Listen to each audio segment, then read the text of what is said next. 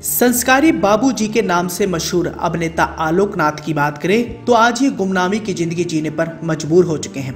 यहाँ हम आपको इस बात की जानकारी देना चाहेंगे कि 2018 में मी टू कैंपेन की वजह से ये काफी ज्यादा बदनाम हुए और इन पर यौन शोषण करने का आरोप भी लगाया गया था। जब इन पे आरोपों की बरसात हुई तो किसी को भी यकीन नहीं हो रहा था, क्योंकि फिल्मी पर्दे पर इनका जो संस्कारी बापू वाला किरदार था उसके हिसाब से उन पर जो आरोप लग रहे थे उस पर यकीन कर पाना काफी ज्यादा मुश्किलों भरा रहा। लेकिन सबके बावजूद आलोक नाथ का करियर तबाह हो गया। यहाँ हम आपको इस बात की जानकारी देना चाहेंगे कि भारतीय टेलीविजन और फिल्म इंडस्ट्री के ये जाने माने अभिनेता हैं, जिन्होंने इंडस्ट्री में रहते हुए काफी नाम और शोहरत कमाया। संस्कारी बापू जी के नाम से मशहूर अभिनेता आलोक नाथ ने इंडस्ट्री में रहते हुए अपने किरदारों को इस कदर पानी की तरह पेश किया कि इनके किरदार अमर हो गए और आज भी इनकी दीवानगी चारों तरफ देखने को मिलती रहती है। लेकिन सबके बावजूद आज इन्हें कोई भी काम देने के लिए तैयार नहीं है। तमाम निर्माता निर्देशक आज भी फिल्म इंडस्ट्री में हैं और आलोक नाथ के साथ उनके रिश्ते भी मधुर हैं। लेकिन सबके बावजूद आलोक नाथ को कोई भी अपनी फिल्म में कास्ट करने से गुरेज कर रहा है, क्योंकि इन पर भारतीय टेलीविजन अभिनेत्री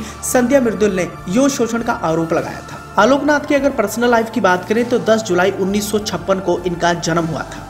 अब इनके माता पिता का नाम तो नहीं पता, लेकिन इनकी एक बहन है जिनका नाम विनीता मालिक बताया जाता है। वो भी टेलीविजन की जानी मानी अभिनेत्री रह चुकी है। तो वहीं दूसरी ओर आलोक नाथ के पिता और दादा बताए जाते हैं कि वो दोनों ही पेशे से डॉक्टर थे और इनके पिता को उनसे भी यही उम्मीद थी कि वो भी एक डॉक्टर बने। लेकिन आलोक नाथ को इस पेशे में कोई भी रुचि नहीं थी। नतीजा ये हुआ कि आने वाले समय में उन्होंने फिल्म इंडस्ट्री में अपना मुकाम हासिल करने के लिए संघर्ष करना शुरू कर दिया। इसके साथ ही उन्होंने साल 1987 में आशु सिंह के साथ विवाह किया। इससे पहले उनका अफेयर टेलीविजन और फिल्म अभिनेत्री नीना गुप्ता के साथ भी रहा था। आलोक नाथ के 2 बच्चे हैं, एक बेटा और एक बेटी। बेटे का नाम शिवांग नाथ बताया जाता है और बेटी का नाम जनहाई नाथ। अब इंडस्ट्री में अगर करियर की बात करें तो इन्होंने अपनी पूरी पढ़ाई करने के बाद फिल्म इंडस्ट्री में काम करना शुरू कर दिया था। बताया जाता है कि साल 1982 में आई फिल्म गांधी से इन्होंने अपने करियर की शुरुआत की थी। फिल्म में उनका किरदार का नाम तैयब मोहब्बत था। इस फिल्म ने उस साल की बेस्ट पिक्चर के लिए अकादमी अवार्ड भी प्राप्त किया था और इस फिल्म में उनका किरदार भी काफी ज्यादा सराहा गया और इस तरह इन्होंने आने वाले समय में तमाम बड़ी फिल्मों का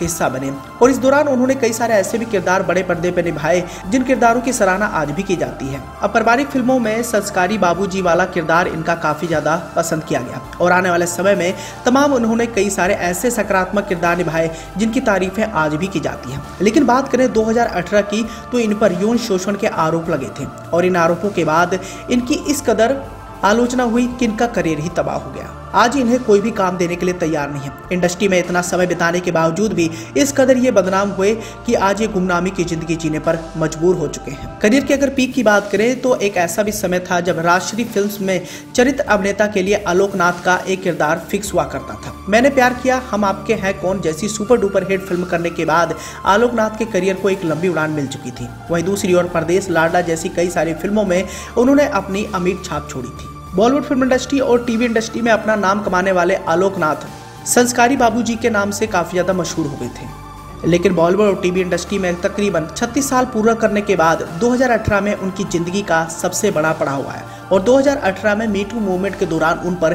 कई सारे गंभीर इल्जामात लगे। प्रोड्यूसर लेखिका विनीता नंदा ने तो आलोक नाथ पर उनके साथ रेप करने का आरोप लगाया था और इन आरोपों के बाद इनकी काफी ज्यादा किरकिरी भी हुई थी। विनीता नंदा के आरोप लगाने के बाद कई सारी अभिनेत्रियां और महिलाओं ने भी उन पर छेड़खानी और रंगीन मिजाज का आरोप लगाया था। संध्या मिर्दुल जो आलोक नाथ से उम्र में बहुत छोटी थी, उन्होंने भी सीनियर कलाकार पर रंगीन मिजाजी का आरोप लगाया था।